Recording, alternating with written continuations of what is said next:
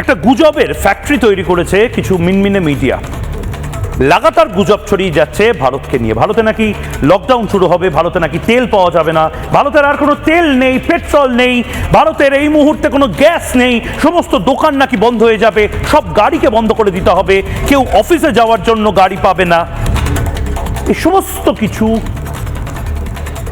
একটা অশুভ ইঙ্গিত দিচ্ছে। ওই 0.5-এর লড়াই ভারতের মধ্যে থেকে ঘুণ পোকার মতন ভারতকে ধ্বংস করো। আমি আবার জানিয়ে দিতে চাই, রাষ্ট্রবাদী মিডিয়া হিসেবে, দায়িত্বপূর্ণ মিডিয়া হিসেবে ভারত সরকার এটা জানিয়ে দিয়েছে, যতই আপনার কানে গিয়ে বলে আসুক, ফিস ফিস করে বলুক, চিৎকার করে বলুক, এই কাল থেকে লকডাউন শুরু হচ্ছে, এই গ্যাস মজুত রাখ, এই গাড়ির তেল মজুত রাখ, এই পেট্রোল পাম্পে 100 ঘন্টা লাইন দিয়ে 100 লিটার তেল নিয়ে আয়, দয়া করে গুজবে কান দেবেন না। ভারত সুরক্ষিত, ভারত রাষ্ট্র সুরক্ষিত। এই মুহূর্তে সবচেয়ে বড় খবর, ভারত সরকার জানিয়ে দিয়েছে দেশে ফের লকডাউনের কোনো সম্ভাবনা নেই।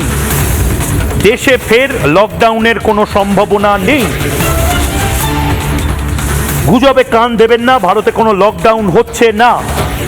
সরকার দ্ব্যর্থহীন ভাষায় জানিয়ে দিল, গুজবের ওপর ভরসা করবেন না। লকডাউনের গুজব উড়িয়ে দিল ভারত সরকার। কর্তৃপক্ষ বলেছেন কোনো সিদ্ধান্ত নেওয়া হয়নি এবং লকডাউন আরোপ করার কোনো প্রস্তাব বিবেচনাধীন নেই।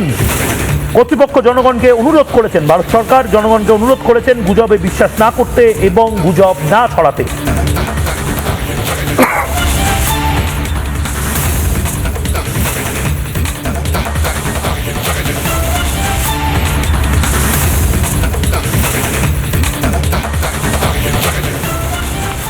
ভারতের অর্থমন্ত্রী নির্মলা সীতারামন, ভারতের একাধিক মন্ত্রী, তারা স্পষ্ট ভাষায় জানিয়ে দিয়েছে, ভারত সরকার জানিয়ে দিয়েছে যে লকডাউন নিয়ে অযথা প্যানিক করবেন না, আতঙ্কিত হবেন না, গুজব ছড়াবেন না।